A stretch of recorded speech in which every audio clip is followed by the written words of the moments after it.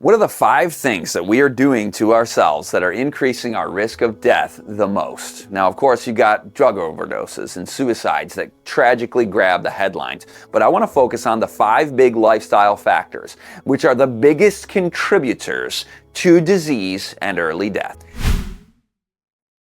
Number 1 comes as no surprise. Smoking remains as the number 1 lifestyle cause of premature death. According to the CDC, smoking alone is responsible for 1 in 5 deaths in the United States.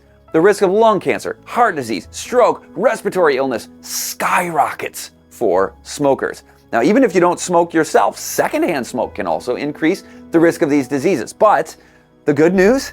Quitting smoking at any age significantly reduces the risk for heart disease, cancer, and so on. And within just a year, your risk of a heart attack drops by half when you quit smoking. Now, here's where this gets interesting. Smoking is the number 1 lifestyle cause of death, right? But more life years are lost due to the number 2 leading killer. So I guess really this should be number 1, and it's obesity.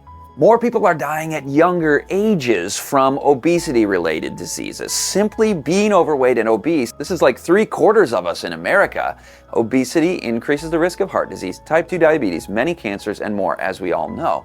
There was a study from the National Institutes of Health that found that obesity can reduce life expectancy by 10 years. But lest we forget the number 3 killer, alcohol. According to the CDC, alcohol-related deaths in the United States are about 100,000 annually. Now, we were all shocked about the 100,000 drug overdose deaths in a year just a couple years ago. And that is shocking, but this is happening year after year. And alcohol consumption is linked to liver disease, cancers, heart problems, fatty liver, cirrhosis, cardiovascular disease. Now, I want to transition to number 4, kind of fun here. You guess what number 4 is. So far we've had smoking, obesity, and alcohol.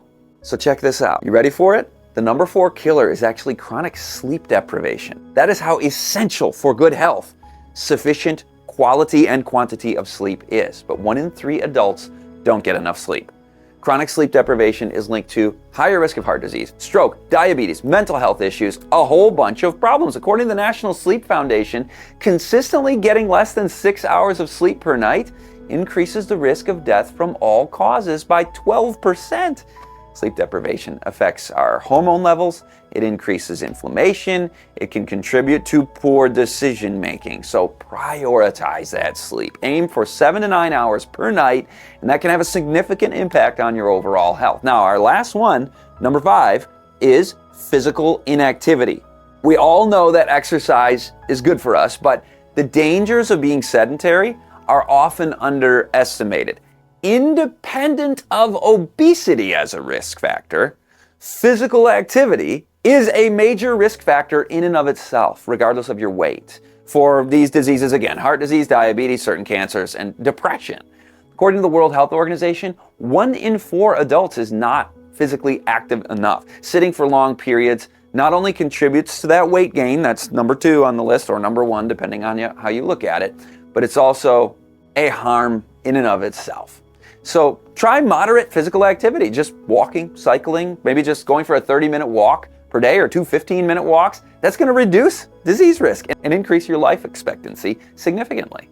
So there you have it, these 5 lifestyle factors: smoking, obesity, alcohol, sleep deprivation, and physical activity. Those are the top 5 risk factors for disease and early death that are easily preventable. And so let's just start with some small changes, manageable changes, one after another, and you will snowball into a happy, healthy life. Quit smoking. If you're smoking, you can do it. You can gain the victory through Christ.